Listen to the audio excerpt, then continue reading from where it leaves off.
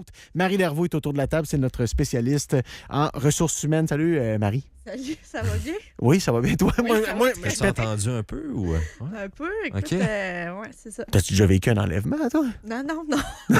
Pourtant, j'aime ça, des histoires comme moi aussi qui sortent de l'ordinaire. Là. Moi aussi, je suis comme toi, je suis comme divertie. Obscur, Fais-moi peur, à la suspense. limite, là, là, ouais. ouais. Tu sais, fais-moi peur, tu sais, Stéphane Page qui parlait tantôt. Tu sais, Christian. Christian, c'est ça, pas Stéphane. Mais tu sais, j'ai déjà entendu parler de ça, tout ça. Fait que j'aime ça, mais je t'avouerais que tantôt, j'étais dans le divan à côté, là, à vous écouter parler, puis j'étais comme, OK, j'étais pas prête. Oui, non, moi... Je m'attendais pas à ça. Ouais, non, j'ai trouvé ça bien fascinant comme entrevue. Ouais. Peut-être que l'auditeur de Max va rappeler. Quoique Max n'est pas là à soir, mais tu l'as entendu, cette histoire-là, du gars qui a été kidnappé par Même des extraterrestres. mais agressé qui était sexuellement. Dans son char. Puis exactement. Agressé C'est ça, ouais. le punch Ah, le ben plus là, je suis hot pas dans là, l'histoire. là. Non? Ouais, non, Tu crois pas? Tu crois aux extraterrestres jusqu'au moment où les extraterrestres seront là pour nous passer un OLA. Non. Oh my God, je sais pas. Là, on dirait que je suis choc là, ce soir. Je m'attendais pas à ça. Ah ouais? Là. J'aurais pris une coupe de vin avant ça. Ah, toi aussi, ah ouais? Je trouve ça drôle, pareil, que t'es comme moi, les extraterrestres, j'y crois, mais pour nous masturber, Mais non, non. mais Oh, là, oh. ouais, t'as un petit peu poussé. C'est vrai que c'est quand même une forme d'anthropomorphisme. Là. Tantôt, on parlait de ça, l'anthropomorphisme. Là. La seule motivation des extraterrestres à parcourir la galaxie, c'est pour me passer un Ouellet à Val-Bélair. J'ai comme un doute, là. J'ai comme un doute. Après ça, je vais prendre mes griffes et je vais le piquer. Ah ouais. Hey, ça, d'ailleurs, il faut, tu sais, le monsieur qui s'est fait comme semi-poignardé, il faut qu'un médecin check ça s'il n'y a pas de l'infection. Mais de ce qu'il racontait, il y avait comme... Tétanos, Tu sais, c'est ça. Mais les griffes ont comme percé la peau, mais au final, il n'y a pas grand-chose à part des graphines. Finalement, il ne s'est pas passé grand-chose en Non. l'espace de 10-12 c'était sur le secondes. dessin, ça aussi? Ça, on non, n'a pas eu on de n'a pas preuve eu de dessin dessin. au Crayola. Non, on n'a pas eu de Ok. dessin, non. Bref, hey, aujourd'hui, tout autre sujet, là, on n'est pas dans la présence d'OVNI en milieu de travail. Non, là. du tout. Quoique... Non. Non, OK.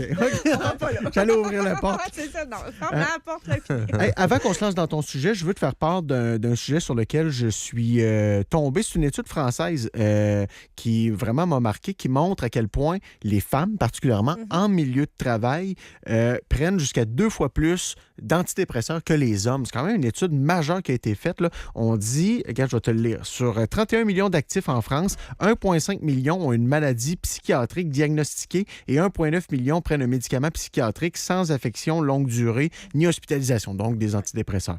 Les femmes sont 2 fois plus nombreuses que les hommes à prendre de tels médicaments. 675 000 femmes prennent des antidépresseurs contre 314 000 hommes et 434 000 prennent des anxiolytiques contre 254 000 hommes. Ces médicaments qui agissent sur le cerveau et l'humeur sont souvent pris pour tenir face au stress et aux tensions du quotidien. Entre 30 et 49 ans, leur consommation d'antidépresseurs est même 2,7 fois plus élevée que les hommes. Et on dit que c'est 20 % des arrêts maladie en France qui sont enregistrés en lien avec la santé mentale. Ouais, c'est triste, hein? C'est majeur, Ouais. pareil. Mais les Français sont reconnus malheureusement pour leur grande ils prennent beaucoup d'antistress, anti-anxiogènes et tout. Là, ouais. Ils sont malheureusement connus pour, je pense que c'est les plus gros preneurs d'antistress. On parle de Xanax ou des choses comme ça. Là, fait que oui, malheureusement. Mais c'est des chiffres que merci. Là, j'aime ça toujours voir amener des statistiques à ça, mais c'est triste. C'est très triste. Ouais, Là, puis au Québec aussi, on est quand même, puis nos auditeurs le disent aussi, je pense en Amérique du Nord qu'on est champion de la prise d'antidépresseurs par capita. Là, l'alcool aussi, on n'est pas pire. Là. Aussi, fait que, ouais. tu sais, ça vient avec souvent une petite coupe pour se déstresser. Ça finit que tu prends la bouteille au complet tous les soirs. Là, tu sais, fait Mais que je pense qu'on ne ça cherche marche pas nécessairement là. de midi à 14h aussi. Là, lorsqu'on consulte, c'est comme OK, ça file pas tant. OK, Ouais. en v'là. Tu sais, Ouais, c'est c'est comme ça, des exactement. Smarties un peu. là. Oui, ben, c'est parce que ça, on parle de santé mentale. Là, tu sais, Ouais. On parle d'anxiété, de dépression, de surcharge de travail. Tu sais, tous les risques psychosociaux qu'on a parlé. Fait que malheureusement, c'est pas tous les médecins qui sont bien outillés. Tu sais, un médecin de famille qui a un temps chrono de 4 minutes pour te voir, là, ben, Ouais, tu sais, c'est ça. vite, là, c'est rapide. Fait que, tu sais, lui, il prend pas de chance. Ce médecin-là, c'est soit qu'il t'arrête en travail, c'est toi en arrêt de travail ou soit qu'il te donne une petite pilule pour régler ça. Des fois, ça fait. D'autres fois, tu as besoin de traitement supplémentaire, c'est-à-dire peut-être une thérapie ou autre chose. Là. Fait que, mais là, rendu là, écoute, il n'y a pas de... je suis pas en train de juger les médecins. Au contraire, ils font ce qu'ils peuvent avec ce qu'ils ont, les pauvres. Là, mais tu sais, des fois, ça prend plus qu'une petite pilule. Il faut aller au-delà d'aller voir c'est quoi la source du bobo. Mais des fois, la pilule peut être la béquille, mais c'est le fun aussi de traiter la vraie blessure là, plus que de t'accoter dessus. Exact, c'est de savoir le pourquoi puis de creuser, mais ça prend de l'aide. Ça prend du soutien, ce qu'on n'a pas tout le temps, ce que les ressources sont limitées. On ça le sait, reste un tabou nouveau, encore. Là, oui. L'aide, veut pas. L'aide puis la santé mentale reste un tabou. Des fois, il y en a encore plusieurs qui sont pas capables de l'avouer ou qui sont pas... Des fois, tu sais pas ce que tu sais pas. Là. Quand tu es dans une phase, justement, de dépression, tu n'as jamais fait ça de ta vie, tu as tout le temps bien été, puis là, tu es dans une phase où ça va pas bien. Ah, c'est pas grave, c'est parce qu'à un moment donné, le mur, il arrive. Là, puis moi, un médecin m'a déjà proposé de prendre des antidépresseurs, puis j'ai tellement eu peur que ça me change que j'ai dit non. Oui, bien, il y a ça aussi des fois, là, c'est de dire, exemple, je la prends-tu pas, ou c'est sûr, ça te change, là, c'est chimique, là, c'est dans le cerveau, là, fait que c'est sûr qu'il y a de quoi qui se passe en arrière de ça, puis ça se peut que la molécule soit pas la bonne, puis que tu prennes... C'est un autre qui devrait te faire, mais tu vois juste ton médecin dans 3 semaines, tu fais quoi? Tu sais, c'est tout ça, là, que ça devient un enjeu quand même assez, puis là, après ça, tu veux voir... Tu vas avoir de l'aide, mais il n'y en a pas tout le temps. Fait que c'est des enjeux quand même. Je veux pas faire de la psycho à Saint-Saëns, là, mais cette épidémie de mal-être-là, est-ce que ça peut attraire, de prendre sa bouteille de vin chaque soir, il y a un peu une façon de vouloir se sauver du réel. Là. Comme je te dis, je veux pas faire de la psycho à Saint-Saëns. Mais est-ce qu'il n'y a pas une démonstration que comment je pourrais dire, pas l'enlignement, mais... Le sens. Le sens où la job d'orienteur est mal faite. Ah, OK, dans le sens... Tu comprends ce que je veux dire? Que les gens ne sont pas envoyés sur leur ikigai. Oui. Bien, c'est parce que c'est difficile, je pense, de savoir ce que tu veux vraiment. Puis on change, hein. Je veux dire, moi, je veux pas la même chose aujourd'hui à 34 ans comme je voulais à 20 ans. Là. C'est clair. La vie change, on évolue, puis à un moment donné, il faut l'accepter, puis il faut savoir dire, bien, écoute... Moi, mon rêve d'il y a 10 ans, ce n'est plus le même rêve que j'ai aujourd'hui, puis c'est correct. L'ego, il faut qu'elle débarque puis qu'elle dise, ben là, moi, je l'ai vécu, ou je l'ai pas vécu, mais j'ai plus besoin de le vivre, j'ai plus besoin de me prouver. On entend souvent du monde en fin de carrière qui dit, hey, je l'ai fait, moi, j'ai été directeur, j'ai été VP, je l'ai fait, j'ai plus besoin de me prouver. Tu sais, c'est ça, c'est que le mettre l'ego de côté. Fait que, tu sais, c'est difficile de dire, exemple, à X, je sais pas, moi, à 40 ans, qu'est-ce que tu veux, où t'es rendu dans la vie, c'est quoi tes nouvelles aspirations, tes valeurs ont changé jusqu'où, tu sais, c'est pas facile. Là. Fait que l'orienteur, entre toi puis moi, ça t'aide à te questionner, à faire une certaine introspection, parce que, tu sais, un orienteur qui va dire demain matin, t'es pilote d'avion, moi, je crois pas, là, c'est pas un test psychométrique qui va dire, il va apprendre à te connaître, le test psychométrique, l'orienteur va te poser des questions, va t'amener à faire un genre de cheminement, mais ça te prend une introspection, ça te prend quelque chose, il faut que tu te connaisses, là. Tu sais, le test psychométrique, il va t'aider. Aujourd'hui, c'est des excellents tests, là, tu sais, je dis, tu peux plus vraiment bluffer un test, là, fait que, tu sais, c'est... C'est bien long à passer. Oui, ça peut être très long, ça peut être très long. Bluffer un test d'orientation, c'est toi le pire. Ben, c'est ça, tu sais, pourquoi tu ferais ça? J'ai skippé à page 3. Ouais. Je me suis qualifié pompier, mais je suis un homme tronc. C'est quoi le point, là? Non, mais dans les tests psychométriques, des fois, ça peut te poser des questions sur, genre, ton indice de bonheur au quotidien. Fait que c'est comme, moi, je suis dans le tapis au bonheur, alors que tu sais très bien que t'es pas heureux. C'est dans ce sens-là, bluffer, dire, non, tu te vois tout le temps au positif. Finalement, donne les vraies réponses, là, ça va te donner une vraie, un vrai topo. Là, c'est quelque chose que j'ai toujours pensé, je sais pas si vous êtes d'accord autour de la table, là, mais qu'on doit faire un choix de carrière très tôt dans un cursus scolaire. Trop tôt, sûrement. Vraiment. Puis on s'est fait, là, je rentre un peu dans ma vie privée, là, mais on s'est fait mentionner par quelqu'un dans l'entourage scolaire de ma plus vieille qu'il va falloir penser à l'éventualité. Il se fait le secondaire raccourci. Tu peux faire, genre, ton secondaire 5 ton secondaire, au lieu dans 5 ans, le faire en 4 ans, genre. Il y a des possibilités de...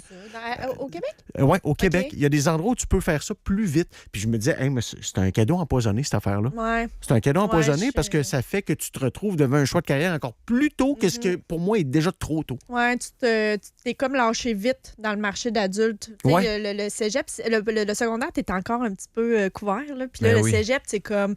moi, tu sais, on s'est connus au cégep.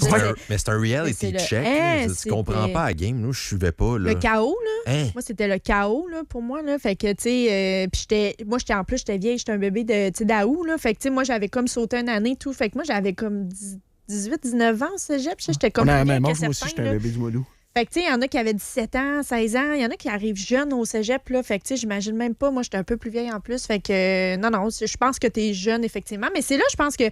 Tu sais, les écoles secondaires, moi, je comprends pas qu'en 4, 5e secondaire, on commence pas à se poser des questions du style, c'est quoi tes valeurs? C'est quoi tu veux? C'est quoi, genre de l'introspection? Puis autre chose aussi, genre la finance. Pourquoi on parle pas de finance? Pourquoi on n'éduque pas nos jeunes? C'est optionnel, mais vraiment sur le fly du dernier des cours économie, je sais pas quoi. C'est quoi une carte de crédit? C'est quoi une cote de crédit? Comment l'utiliser? Va te faire un planificateur financier. Faites venir des planificateurs financiers dans les écoles. Après ça, éduquer les jeunes là-dessus. Éduquer les jeunes à avoir une certaine...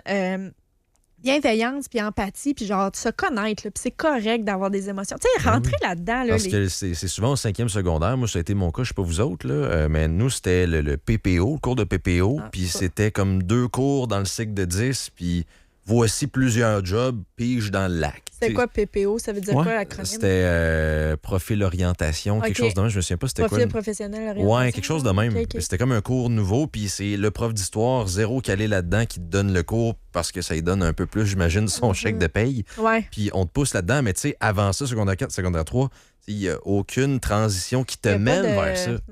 Non, du tout. C'est ça qui est bizarre. Ouais, je trouve ça désolant. Assez vite, là. Ouais, je trouve ça désolant parce que t'arrives vite sur le marché du travail puis t'as un reality check rapide qui fait comme attends, la vie, c'est pas ça, là. Fait qu'effectivement. Alors, on embarque dans ton sujet maintenant. Et puis, j'ai hâte de voir quel angle que tu vas nous emmener avec ça parce qu'aujourd'hui, on traite de discrimination, de préjugés, de stéréotypes en entreprise. Ouais. Pour vrai, j'ai hâte de voir parce que moi, je suis curieux de savoir comment. En fait, quels sont les outils, mettons, si on sent qu'on est victime quels sont les recours qu'on a outre de sacrer notre camp, ce qui est des fois un peu injuste. On a déjà eu cette discussion-là. Là. Pourquoi le bullié devrait quitter et non le bully, tu sais? La vie, des fois, est injuste, mais effectivement, on va en parler. À l'inverse aussi, puis je sais que c'est super délicat, là, mais à un moment donné, je vais l'emmener dans la discussion. À quel point on doit accepter une part de... Jamais quand il y a de la méchanceté. Jamais, là, bien sûr, parce que moi, je crois beaucoup au principe de l'intention, mais à quel point, tu sais, un entrepreneur qui crée sa propre entreprise n'a pas le droit de choisir son environnement parce que c'est sa business et qu'il ne veut pas être confronté à certaines valeurs autour de lui. Tu comprends ce que je veux dire? Oui, puis non, mais je pense que l'entrepreneur... Oui, mais on en reparlera si tu veux, t'élaboreras parce que... Ouais. Ben, je te fais tombons dedans, je te donne un exemple. Exemple, un entrepreneur qui se fait une shop de je sais pas, d'ébénisterie. Ouais. Je dis n'importe quoi, là. Une ébénisterie. Et le gars est un fervent chrétien, hardcore. Il va tous les dimanches à l'église. Moi, je crois qu'il est dans son plein droit de vouloir s'entourer de gens avec des valeurs qui lui ressemblent. Oui. Oui, ça, on appelle ça des biens inconscients. OK?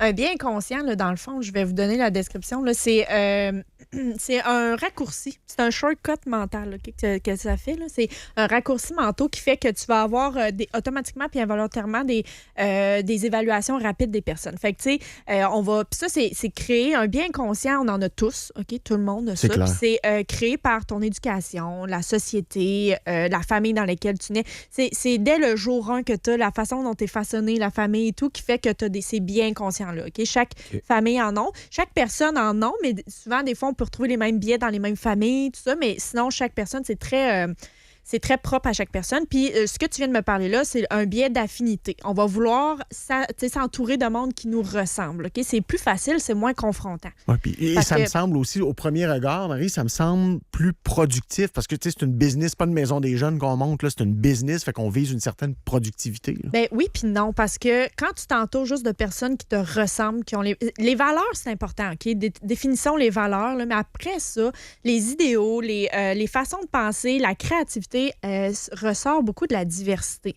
Fait que si tu vas juste t'entourer de personnes qui font juste et qui mangent la même chose que toi, qui font à chaque dimanche matin la même chose que toi, tout ça, ça reste que tu restes dans la même poutine, puis l'évolution risque peut-être d'être plus difficile, la créativité, les idées, les innovations dans ton entreprise, puis dans tout, là, c'est pas juste une entreprise, là, peut être plus difficile. La diversité amène une créativité incroyable, puis des idées, puis des façons de faire que tu n'aurais pas pensé nécessairement. Fait que c'est là où je suis d'accord avec toi que quand tu sticks sur 3, 4, 5 valeurs, puis que toi, t'engages selon ces valeurs-là, c'est correct.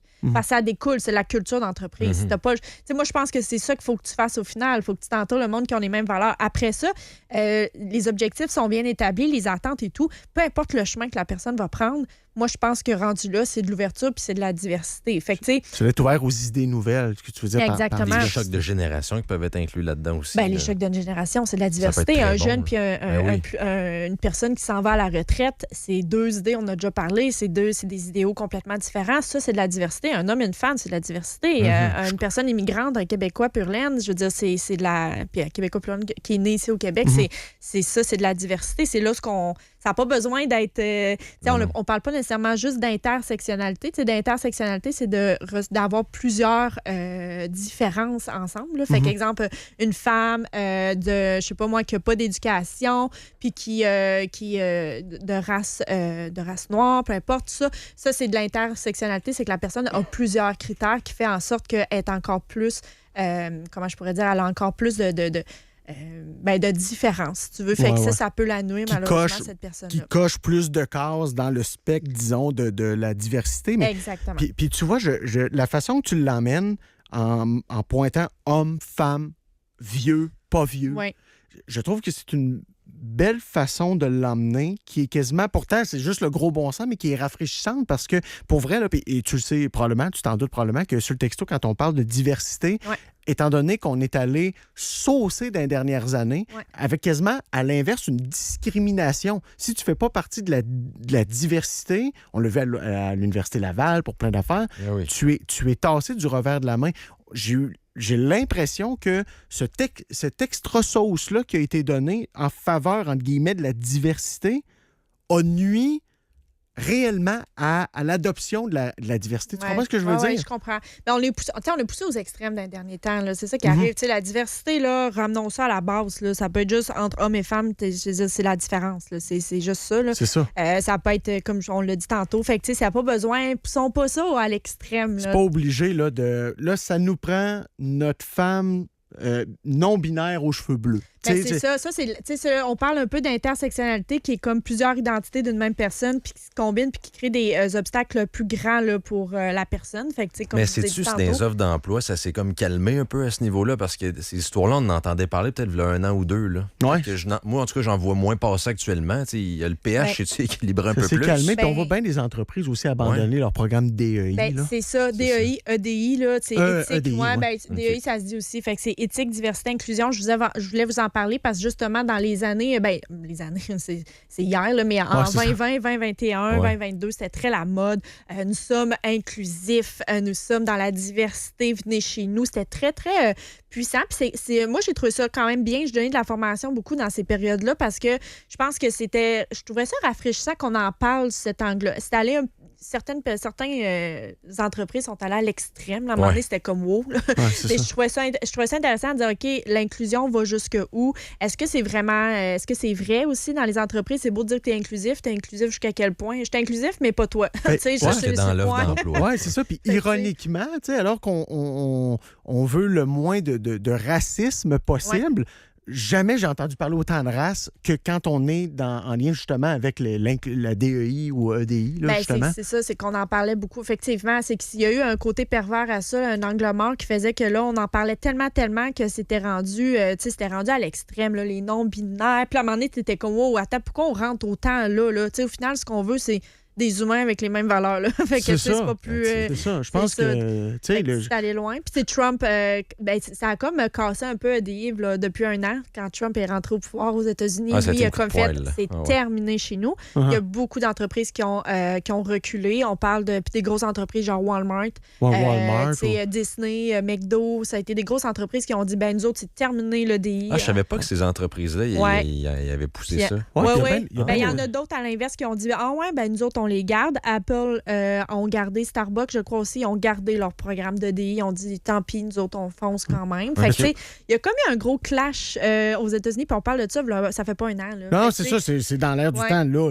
Il y a bien un autre exemple qui me vient en tête, là, c'est dans l'organisationnel de quel on parle, mais aussi, quand ça touche le marketing, il y a des entreprises qui ont eu des problèmes avec ça. Je pense à Bud Light, entre autres. Là. Bud Light, ils ont perdu. Écoute, c'était la bière la plus bue des Américains Américains depuis je ne sais plus combien d'années. Là. C'était indétrônable. Avec ce qui s'est passé, ça a complètement cassé bien du monde. C'est ça, c'est ça. Vie, là. C'est comme, on dirait, sur quelque chose qui m'apparaissait, puis c'est vraiment juste mon opinion à moi que je te livre là, mais c'est sur quelque chose qui m'apparaissait comme étant peut-être de bonne foi et viré comme sournois, en fait. Oui, bien, c'est ça. L'angle mort, je te parlais tantôt, je trouve que ça a viré vite dans cette... ça a comme été exposé fois mille. Puis tout ce qui va trop vite, puis tout ce qui est comme tout le temps aux antipodes, là, ça a été comme...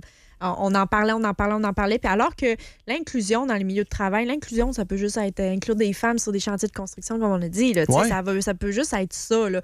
Ben, c'est important qu'on en parle. C'est correct que ça reste de même. Oui, mais c'est correct, ça. Mais c'est important qu'on en parle avant. Là, pas si longtemps, je parle 15-20 ans, on n'en parlait pas. Fait que, je pense que l'EDI, ce mouvement-là a apporté ça, le fait qu'on en parle. Qu'on parle, c'est quoi de la discrimination, c'est quoi ce qui n'est pas inclusif au travail, tout ça, puis les stéréotypes, préjugés, tout ça. On en parle beaucoup.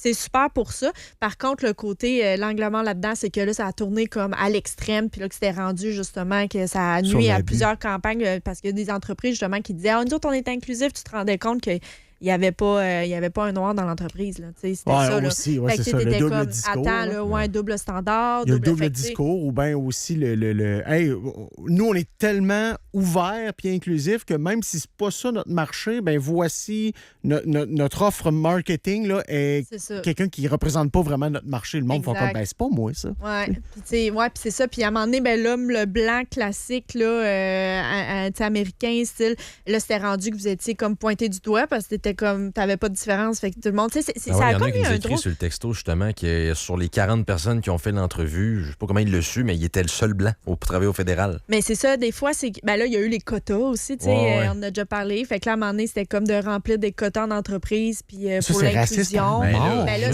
c'est ça l'affaire, c'est que, tu sais, c'est nivelé vers le bas, là. Ça marche pas. Carrément, c'est l'inverse d'un autobus pour les blancs, un autobus pour les noirs. C'est comme la parité au Parlement. Il faut avoir autant de femmes que d'hommes. Excuse-moi, mais s'il y a plus de femmes compétentes, pas de trouble avec ça. Oui, pareil. Mais moi, ça m'insulterait tellement que tu me choisisses parce qu'il faut que tu remplisses un Christy de quota. Pas à cause de mes compétences, pas parce que j'ai probablement été meilleure que la personne à côté de moi, que ce soit un homme, femme, peu importe, on s'en fout. Moi, je vais être la meilleure, mais prends-moi pas pour remplir un quota. Je te comprends tellement. Ça m'insulterait tellement. Là, OK, elle a une vulve, là, bingo, et anyway, il nous en manque une. C'est ça. C'est-tu insultant, c'est dégradant? Si tu choisis un homme à côté de moi parce qu'il est plus qualifié, il est plus compétent, c'est correct. J'ai aucun problème avec ça. Allons-y, compétence égale, valeur égale. On a déjà parlé, ça, j'ai aucun problème avec ça, mais tu sais, c'est ça. Un angle mort là, que je t'apporte aussi, je ne sais même pas si tu l'avais prévu dans ta chronique, mais quand je pense à inclusion, je pense à faire partie de la gang. Ouais. Tu comprends? En entreprise. Puis ça, c'est important parce que des fois, le temps peut être long. Là. On a tous le souvenir d'arriver, mettons, d'une nouvelle école au secondaire, puis de longer les murs, puis de dire, hey, moi, maintenant, ma nouvelle réalité, c'est d'être tout seul, puis plus hors d'amis. Commencer d'une business, d'un nouvel emploi, souvent, des fois, il y a du référencement qui fait que tu connais quelqu'un, mais aussi, tu arrives à quelque part, puis tu connais personne. Ouais. Je trouve qu'il y a un côté justement dans l'inclusion là, de peu importe t'es qui, si on t'a embauché, là, tu fais partie de la gang, puis il doit y avoir une espèce de chaîne à saucisses qui se met en branle pour on va t'aider. Oui, pour solidifier la gang. Oui. Ben, tu sais, c'est ça, je dis souvent, l'inclusion, c'est pas juste d'inviter la personne au party, là. C'est de se sentir, c'est de l'inviter au party, mais qu'elle se sente invitée. Tu sais, c'est pas juste genre, c'est beau, viens-t'en d'abord. Tu sais, c'est pas ça, là. L'inclusion en entreprise, c'est dire jour 1 puis même avant, parce que là, on pourrait parler de tout ce qui est accueil-intégration, le onboarding, là. Fait que, tu sais, ça se passe avant, là. C'est dès que tu as signé le contrat chez nous, ben tu sais, bienvenue chez nous, je vais t'envoyer un email, je vais te préparer, je vais te dire où, quand arriver. Fait que tu sais, déjà, tu te sens inclus. La première journée, je vais te faire la présentation du monde, des équipes. Fait que tu sais, c'est ça de l'inclusion. Puis l'inclusion, dans le onboarding, là, ça peut juste durer jusqu'à 90 jours, là, dépendamment. Okay. Une durée de probation standard, mettons? Moi, j'aime pas ça. J'ai probation. Je trouve tellement que c'est pas inclusif. Ça fait guillotine, hein? Ça fait, t'es sur la chaise électrique, puis genre, on sait pas si on pèse sur le bouton ou non. Fait pour nous autres. C'est genre, on va te tester pour voir. Je comprends qu'il y a une certaine probation à un moment donné. Je comprends que ça prend un temps, des fois, de dire, c'est équitable pour tout le monde, on fait ça pour tout le monde. Mais tu sais, de le faire rappeler tout le temps à personne, n'oublie pas, t'es en probation. J'ai de la misère avec ça, j'ai pas de la misère. Non, fait que tu sais, probation, on dirait que j'enlève ça dans ma tête, mais je fais plus, c'est de l'accueil intégration sur 90 jours, fait qu'on passe 3 mois, puis on se donne des objectifs. Puis on t'inclut réellement dans l'entreprise. C'est ça aussi, l'inclusion. Là, c'est quoi le meilleur accompagnement à faire pour une entreprise avec un nouveau dans sa gang? C'est-tu d'avoir d'un côté compréhensif plus développé que, OK, t'es nouveau, tu vas probablement faire des erreurs, fait que casse-toi les dents puis apprends de tes erreurs, apprends sur le tas, ou bien on te met avec un mentor jusqu'à temps que tu masters ce que tu as à faire. Ouais. C'est quoi qui a fait le plus ses preuves entre les deux? Bien, je te dirais que ça dépend de la grosseur de l'organisation. Là. On s'entend, là. Fait que c'est pas toutes les mêmes réalités, le même milieu, tout ça. Par contre, moi, écoute, l'étude, qu'est-ce qui a fait le meilleur résultat, je sais pas, mais je pense que moi, tout ce qui est mentorat, jumelage, je pense que c'est ça qui aide énormément. Parce que tu te crées un body dans l'équipe. Là. Tu te crées quelqu'un que tu bandes puis que tu apprends avec l'autre. Veux pas, ça devient un ami rapidement parce que tu connais personne. Fait que t'es comme, on me jumelait avec lui, ça va bien. Puis, tu sais, c'est rare que ça va mal. Habituellement, la personne, le mentor, s'il veut pas mentorer, mettez-le pas là. C'est sûr. Ça marchera pas. C'est un art, ça, mentorer quelqu'un. Il faut vouloir, c'est du temps, c'est de la patience, c'est de la compréhension, c'est de la bienveillance. Là. C'est de dire, ben écoute, moi, je vais t'apprendre, il n'y a pas de problème. Ça, je pense que tu l'as pas pour vrai. Là. Fait que si tu l'as pas, fais pas ça. Parce qu'en même temps, t'es mieux d'avoir quelqu'un qui est un genre de leader mentoré qui va être avec toi, qui est bien, vas-y, organise-toi. Puis l'erreur est particulièrement marquante pour cette personne-là, puis ça va comme le traîner pour une bonne partie de sa carrière. Ben, c'est sûr. Puis ça touche la confiance, ça touche tout. Là. Tu te sens-tu pas bon quand tu fais une affaire de même puis qu'il n'y a personne alentour de toi pour t'aider là-dedans? Il peut se créer une distance déjà là, avec le groupe. Là. Ben oui, c'est ça. Tu rentres, personne ne te connaît. Là. Fait que c'est important. Mais tu sais, ça, c'est l'inclusion en milieu de travail. Là, c'est important. Puis c'est important pour aussi la rétention du monde. Si vous voulez que votre monde reste en entreprise, ben, incluez-les comme du monde. C'est carrément ça. Hein. Est-ce qu'il y a des outils qui sont à la disposition? Parce que, tu sais, ça peut arriver aussi, puis moi, je voudrais pas ça pour quiconque. Là. Si tu as été embauché sur une base honnête et pas à cause d'obligations de quotas de ci et ça, la pire affaire qui pourrait arriver, c'est que tu sois ciblé. Je veux dire, si vous êtes pour cibler quelqu'un à cause de préjugés, de stéréotypes ou peu importe, embauchez-le juste pas. Là, ben non, mais c'est sûr. Mais si on sent qu'on est l'objet de, est-ce qu'on a des ressources quelconques? Puis en même temps, là, tu commences une méchante chicane contre ton employeur, ce qui fait que ça va laisser des traces. Puis comment ça, après ça, tu peux essuyer ça puis repartir à nouveau? Ben, tu sais, on va revenir à la base. Okay? Comme les stéréotypes, c'est quoi? Stéréotypes, préjugés, discrimination, c'est quoi les différences? Là? Puis après ça, je te dirais un peu qu'est-ce que tu peux faire avec ça. Fait que, un stéréotype, ce sont des généralisations qu'on fait sur un groupe de personnes. Fait que, tu sais, les jeunes sont pas fiables, on parlait de ça tantôt. Les femmes sont meilleures en communication que les hommes. Ça, c'est un stéréotype. C'est pas fondé. Il n'y a rien là-dedans. Là. Fait que, ensuite, le préjugé, c'est un jugement ou une opinion. C'est souvent négatif, malheureusement, un préjugé. Hein? Puis, c'est plus rare, les préjugés positifs. Il y en a, là, mais c'est plus rare. C'est plus rare qu'ils sont mis de l'avant, du moins. Ça. Comme les nouvelles. Les bonnes nouvelles, c'est plus rare. Oui, c'est ça. Exact. Fait que, tu sais, préjugé, c'est souvent négatif. C'est formé sans connaître la personne, sans fait. Là. Encore une fois, c'est un préjugé, ça le dit. Fait que, tu sais, exemple, ce candidat-là, il a un accent, personne ne va le comprendre dans l'entreprise, fait qu'on le prendra pas. Ou encore, il est tellement introverti, le petit Jérôme, il pourra jamais leader une équipe, Jérôme. Là. Il pourra jamais être gestionnaire, il est trop introverti. Là, tu es comme vraiment dans le préjugé Alors que classique. Tu sais pas. Ben, tu sais, c'est basé sur quoi? Oui, c'est ça. C'est basé ton sur feeling, il est gêné. Il y a un hoodie, il a l'air gêné. D'ici 3 semaines, voir peut-être qu'il va être un peu moins gêné. Là. Mais ça peut monter à un bien conscient que toi, dans ta jeunesse, quelque chose du genre, les introvertis, tu t'es tout le temps fait dire ou tu as connu quelques introvertis dans ta vie qui n'étaient pas des leaders nés. Fait que toi, dans ta tête, t'associes ça, c'est devenu un préjugé. Tu comprends? Des fois, c'est pas tout le temps mal intentionné. Il faut pas oublier ça. Là. Des fois, c'est juste, quand je vous l'ai dit tantôt, les biens conscients, c'est des raccourcis mentaux. Là. Fait que ça se fait tout de suite. Je sais pas si tu es d'accord avec moi, je pense que c'est même la majorité. La majorité des cas, là, autant discrimination, préjugés, stéréotypes, là, tout ça, la plupart, puis c'est peut-être moi qui est trop, je veux croire que le monde est bon puis qu'il reste du bon à eux autres, là. Je pense pas que c'est majoritairement fait de façon négative et méchante. C'est soit fait protéger la cohésion de leur entreprise ou à cause de biais qu'ils ont dans leur esprit. Là. 100%. Moi aussi, je pense, je suis comme toi, je veux tendre vers la bonté humaine. Là. Fait que moi, je pense pas que c'est souvent intentionnel comme... je pense que c'est souvent pas intentionnel, mais c'est souvent relié au bien inconscient. Je vais te donner un exemple de discrimination qui, pour moi, m'apparaît probablement, puis à toi de me corriger parce que c'est toi l'experte, peut-être le plus fréquent. Ah non, George, on va pas embaucher madame qu'on a passé en entrevue tantôt. Là, les femmes, là, en plus, là, genre 22, 23, avoir un bébé bientôt. Ça, je l'ai souvent entendu. Ça, je l'ai souvent entendu. Elle va tomber enceinte bientôt, là, fait qu'on peut pas trop. Fait que ça, je l'ai souvent entendu. C'est un préjugé, puis ça va jusqu'à de la discrimination. Parce que là, ça, la discrimination, c'est quoi la définition? C'est que c'est l'action concrète basée sur le stéréotype ou le préjugé qui crée une injustice envers la personne ou le groupe. Fait que, tu sais, là, clairement, exemple, je sais pas, moi, Julie, que vous avez rencontrée, 23-24 ans, ben, on la prendra pas parce que Julie, elle risque de tomber enceinte, on sait bien, dans les âges. Elle a un chum, ça fait 5 ans. Ouais, ben là, c'est de la discrimination. En réalité, peut-être qu'elle n'en veut pas d'enfant, peut-être qu'elle n'est pas fertile, peut-être qu'elle est lesbienne. On sait pas. On le sait pas. C'est pas de tes affaires. C'est ça, souvent, moi, quand je me fais dire ça, c'est de tes affaires que Julie tombe enceinte ou non? Non. Ben, en fait, je vais faire l'avocat du diable. Peut-être un peu, parce qu'il y a quand même une réorganisation d'entreprise à faire quand Julie va tomber enceinte, non? Ben oui, mais moi, je peux te démissionner demain matin. Tu peux mourir demain matin. Tu sais, rendu là, on traversera la rivière. Tu sais, c'est ça que je dis.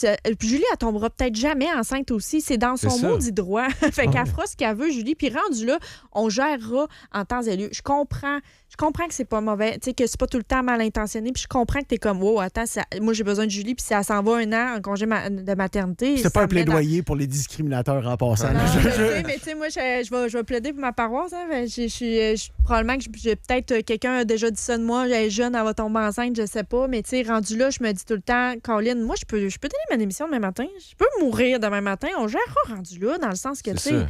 C'est sûr que tu as déjà eu à le gérer étant en RH. Quand une femme tombe en congé maternité, c'est-tu un aria pour l'entreprise? C'est-tu un gros bug à se démêler? C'est-tu une brique qui tombe du ciel carrément? Ou bien ça... Tu sais, comment c'est vu, règle générale, en entreprise? Ben non, c'est pas une brique, là. Je pense que, tu sais, puis en plus, quand une femme tombe enceinte, je veux dire, elle accouche pas en 2 semaines, là. Fait que, tu sais, on est capable souvent de se réorganiser, de voir un petit peu. Puis, tu sais, 1 an, c'est long, puis ça va vite, là, dans le sens, tu sais, j'en ai déjà eu des congés de maternité, puis ça passe en un claquement de doigts, dans le sens que, tu sais, la business, ça roule, là. Il y a personne d'indispensable dans une business, là. Fait que, tu sais, ça roule pareil. Faut se préparer. Dites-le rapidement si vous tombez enceinte, tu sais, ben, dites-le rapidement. Dites-le quand vous êtes prête à le dire, là. Je veux dire, il n'y a pas de prescription à le dire. Par contre, c'est sûr que ça l'aide. Plus vous le dites, si vous êtes à l'aise, plus vous le dites rapidement, plus ça l'aide l'employeur à dire, bon, ben parfait, on va se réorganiser, on va soit embaucher pour ton remplacement, on va soit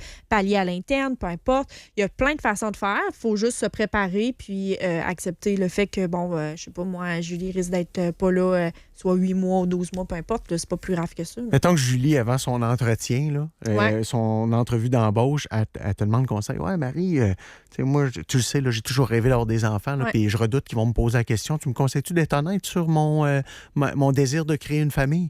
Ben de un, ils sont pas supposés de poser ça en question. Là. Bon je point. dirais. C'est vrai. Oui, bon Je point. sais pas pourquoi j'irais là, mais si jamais ils vous posent ces questions-là, moi, j'irais...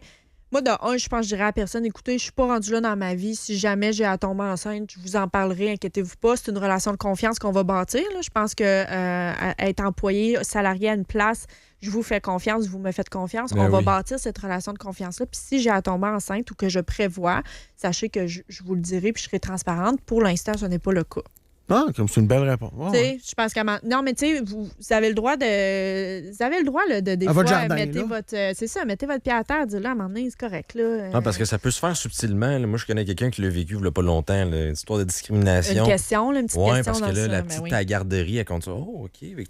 Vas-tu avoir un petit frère ou une petite sœur bientôt? Il se passe de quoi? Puis, tu sais, sur le coup de l'entrevue, tu le vis, puis là, tu fais comme OK. Mais quand tu le réalises, tu fais comme OK. Il y a comme eu une tentative où il s'est passé quelque chose d'étrange. Oui, bien, la petite question a été. Oui, c'est ça, était tricky un peu. Mais tu sais, soyez alerte là-dessus dans le sens que vous n'êtes pas obligé. Vous êtes en entrevue, là, c'est pas... comment je pourrais dire ça? T'sais, souvent, en entrevue, le monde sont très stressés, puis se diminuent un peu ou sont comme je vais répondre. Non, tu as le droit de prendre ta place autour de la table autant que les autres. Tu as le droit de poser des questions, tu as le droit de mettre ton pied à terre, tu as le droit de dire attendez, je comprends pas trop la question, pouvez-vous répéter? Si jamais tu doutes que c'est comme un peu discriminatoire comme question, attendez, là, c'est quoi qui se passe? Pouvez-vous répéter? J'ai mal compris, ça se dit. Puis là, vous allez voir. Fait que là, après, vous réagirez en temps et lieu. Mais posez-vous des questions aussi. Vous sortez d'une entrevue, puis là, il y a eu des questions vraiment discriminatoires selon vous. Voulez-vous travailler pour cet employeur-là? C'est ça aussi. Là, à un moment donné, tu veux-tu continuer là? La question se pose. Là, j'avoue que tu rentres dans le bureau puis le gars te regarde, t'as l'air d'une bonne pondeuse. C'est ça. C'est un exemple un peu Elvis Gratton, là, mais c'était pour faire une image. Je fais de la radio. Ah, c'est ça. Une image. Je dessine. Moi, je dessine. Entre 19 et 22 heures, je dessine. Je fais des dessins. Avec sa chaîne. Soit on me donne des dessins ou soit j'en fais. C'est ça. Justement des Crayolas pour toi. Répondre à ta question, ça a été une grosse réponse, mais répondre à ta question, qu'est-ce qu'on peut faire si on pense que... c'est sûr que, stéréotype ou... je pense que d'un, faut le nommer en entreprise. Si jamais t'entends quelqu'un là, dire on sait bien les femmes, vous autres, vous êtes toujours bonnes à ça. Hey, Roger, c'est quoi que tu viens de dire là? Moi, je pense qu'en 2025, ça se dit plus des affaires de même. Nommez-le, dites-le. Je pense qu'il faut créer un environnement où on est capable de se dire les vraies affaires dans le respect. Puis si Roger ou peu importe qui déborde, je pense qu'il faut être capable de le dire. Fait qu'il y a de la formation aussi qui se donne pour c'est quoi, parce qu'on sait pas ce qu'on sait pas, hein? Tantôt, tu disais, je veux pas être mal intention. C'est pas de la mauvaise intention. Tu le sais pas si c'est un bien inconscient ou non. C'est inconscient, ça le dit dans le mot. Fait que t'es comme... Je sais pas, moi. Ça me demande une certaine introspection. Il faut que tu connaisses les biens conscients. Puis moi, pour des situations comme ça, là, puis peut-être que tu vas me dire que je suis utopique, là, mais moi, je crois, comme pour le type, notre discussion de tantôt, je crois à l'humain, je crois au mano à mano, de personne en personne, plutôt que tu apprends via un formulaire que tu as peut-être émis des propos discriminatoires sur quelqu'un et qui actuellement, il y a études en cours. Ouais. C'est tout pour mettre un frein. Tu comprends ce que je veux dire? Plutôt que, hey, tu vas voir la personne, je me suis senti de même, tu penses-tu vraiment à ça? Puis, tu sais quoi, au pire, la personne, elle va juste peut-être renforcer la position que tu dis, c'est peut-être un trou de cul. Finalement, oui, c'est vraiment un trou de cul. Et c'est une personne à éviter dans l'entreprise. Peut-être que ça va être ça, l'issue de la discussion, mais peut-être pas aussi. Peut-être c'est une incompréhension. Peut-être que la personne est allée trop loin. Peut-être une mauvaise journée. Il y a bien des possibilités. Là. Il y a vraiment des possibilités. Moi aussi, je crois beaucoup à ça, mais c'est pas tout le monde qui sont capables d'aller voir l'autre puis dire, hey, ça m'a blessé. Je dis ça, puis moi, ce serait pas mon naturel. Là. Non, moi, je serais non, zéro. Zéro. Mais fait que, ça peut ne pas être facile. Il y a de l'aide, j'ose croire qu'il y a de l'aide dans l'interne, dans vos organisations, que ce soit en ressources humaines, votre gestionnaire. Quelqu'un de confiance. Vous n'avez pas besoin d'aller nécessairement aux ressources humaines pures et dures. Ça peut être quelqu'un de confiance que tu as dans l'entreprise. Dire, je pense que je viens de vivre de quoi de gros, je peux-tu t'en parler? Puis, il faut en parler. D'avoir une vision différente de ce que tu pensais initialement aussi. Oui, parlez-en. Puis, j'ai le goût de vous dire aussi, séparer les faits des impressions. Fait que, posez-vous des questions genre, est-ce que c'est factuel ce que je dis? Est-ce que c'est quoi que je dis là? Justement, les femmes, vous êtes meilleures en communication, mon exemple de tantôt. C'est quoi tu viens de dire? C'est-tu factuel? Pourquoi tu es allé dire ça? Pourquoi? C'est quoi? Qu'est-ce qui te pousse à me dire qu'une femme, c'est meilleur qu'un homme là-dedans? Puis là, vous allez voir, le monde vont comme... ils vont pédaler, puis ils vont dire, les femmes, ça passe le temps à jacasser, ça va être une niaiserie même. Fait que là, t'es comme, va faire tes recherches, amène-moi des sources. Là. Moi, je suis prête à limite te croire si jamais t'as des sources là-dessus. Fait que, se poser des questions, se questionner, enlever les faits des émotions, puis dire, c'est quoi qui... Qu'est-ce que tu viens de dire réellement? Là? Pourquoi tu es allé me dire ça? Fait que, si vous êtes capable, évidemment, je sais que c'est pas tout le monde qui est capable de regarder l'autre dans les yeux et de dire, hey, tu viens de me dire là, toi, je comprends ça. Faut être à l'aise avec le malaise un peu. Faut être à l'aise avec le malaise, mais c'est sûr que j'ai le goût de vous dire, de ne pas prendre la posture de la victime puis de dire, attends un petit peu, minute, là, ce que je viens de vivre là, de légitimer, en tout cas. Légitimiser? C'est misé. En tout cas, légitime. En tout cas, de vos émotions. Rendre légitime, merci, Jeff. De rendre légitime vos émotions, puis si vous avez un petit feeling que ça va pas, là, il s'est passé de quoi ou il s'est dit quelque chose, allez-y, là, parlez, là, allez voir la personne de confiance dans votre organisation, puis parlez. Là. Très intéressant. Hey, avant de quitter, avant que tu quittes, je veux absolument te lancer la question d'un de nos auditeurs, Ben, qui est vraiment une bonne question. Question pour ton invité. Comme c'est le temps des parties de bureau actuellement, jusqu'où c'est la job? Si après le souper, on sort dans un bar, est-ce que ça compte encore comme la job, comme le party de job? Si des actions, exemple, indécentes, arrivent au bar, est-ce que c'est considéré comme un lieu de travail? C'est bon, non. ça. Parce que dans le fond, là, les parties, ça, c'est vraiment une très bonne question. Je me le fais tout le temps demander. C'est pas blanc ou noir, OK, les histoires de parties de Noël. Si votre employeur vous oblige, je vous conseille fortement de venir au party de Noël. Ce qu'on voit dans grandes organisations du style, là, c'est, je sais pas moi, le party, c'est le 5 décembre. Tout le monde est invité. On veut que vous soyez là. Ça peut être considéré comme un lieu de travail, même si c'est pas sur le lieu de travail. Fait que ça peut, si jamais, tu sais, ceux qui dépassent en boisson, l'employeur reste responsable. Là, tout ce qui est boisson ou, je sais pas moi, des choses qui se passent, des attouchements. T'sais, on a déjà tout entendu parler d'histoires de parties de Noël qui ont débordé. Fait que oui. Par contre, c'est sûr que si vous sortez après au bar puis que c'est votre pleine, je sais pas, vous êtes une petite gang, on s'en va au bar, je veux dire, là, non, ça continue pas. Là, c'est ça, c'est pas une cellule de la job qui se déplace. Exactement. Okay. Puis si jamais je sais pas, vous vous réunissez, mais que c'est pas l'employeur qui a initié ce genre de party-là, ben c'est pas considéré non plus, à moins que ce soit sur le lieu de travail. Là. Vous faites ça dans la cuisine du lieu de travail, mais je veux dire, vous faites ça à l'hôtel, l'autre bord de la rue, c'est pas considéré. Fait que pour ça, je vous dis, c'est pas noir ou blanc, les histoires de party de Noël. L'employeur a quand même une grande responsabilité, ne jamais l'oublier. Fait que, tu sais, souvent, quand l'alcool est contrôlé, demandez-vous pas pourquoi. Les autres, ils veulent pas être responsables de quelqu'un qui va se tuer au volant parce qu'il est trop bu. Nous autres, nos parties de Noël, là, ça en vient bientôt, là, dans quoi, 2 semaines? Le 11 décembre, moi, c'est jeudi. Le 11 décembre. Oui, nous autres, là, c'est pas mal bar ouvert tout le temps, mais c'est bar ouvert, pense à tes aides. Ah, tu veux un autre drink? Pense à tes aides. C'est tant mieux. Petit coupon de consommation, mais c'est ça, c'est très, très clair. Puis on a un numéro spécialisé pour tes aides. Oui, exact. Ça peut pas être plus fair que ça. Moi, ça m'est déjà arrivé de prendre des clés d'un employé. Tu ne pars pas. Fait que, on va te payer ton taxi, aucun problème, mais tu ne pars pas à soir. Fait que, tu sais, ça, par contre, l'employeur doit être alerte, mais tu sais, ça reste que, tu sais, oubliez pas, le party de Noël, là, c'est un party de Noël, mais de travail. Hein? On peut l'échapper, on peut avoir bien du fun. Gardez en tête que lundi matin, vous vous retrouvez en gang. C'est pas spring break à Miami. Là, non, faites attention. Moi, j'ai déjà vu des affaires, j'étais comme ça n'a pas de sens. Puis le lundi matin, t'es là, tu le regardes bon matin, tu l'as échappé raide, buddy. Puis ça reste. Là, fait que, pensez à vous un peu là-dedans. Là. Si vous sentez que vous allez l'échapper, bonne soirée. Prends sur toi ou va-t'en. C'est juste ça. Je regarde, hop, je l'ai échappé pour avoir de trop. Je vous souhaite une bonne journée.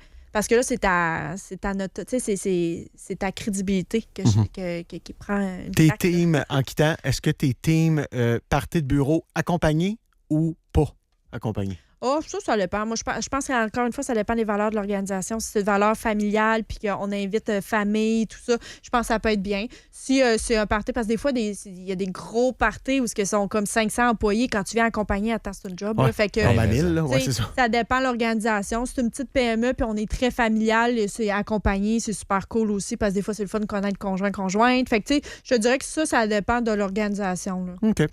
Hey, Marie, un gros merci. Si on veut te rejoindre, les meilleures façons pour le faire? Oui, sur Facebook, Marie Darvaux, sinon M Consultation. Sur Instagram, M Consultation Stratège, puis LinkedIn, Marie Darvaux. Yes, merci Marie. On se retrouve la semaine prochaine.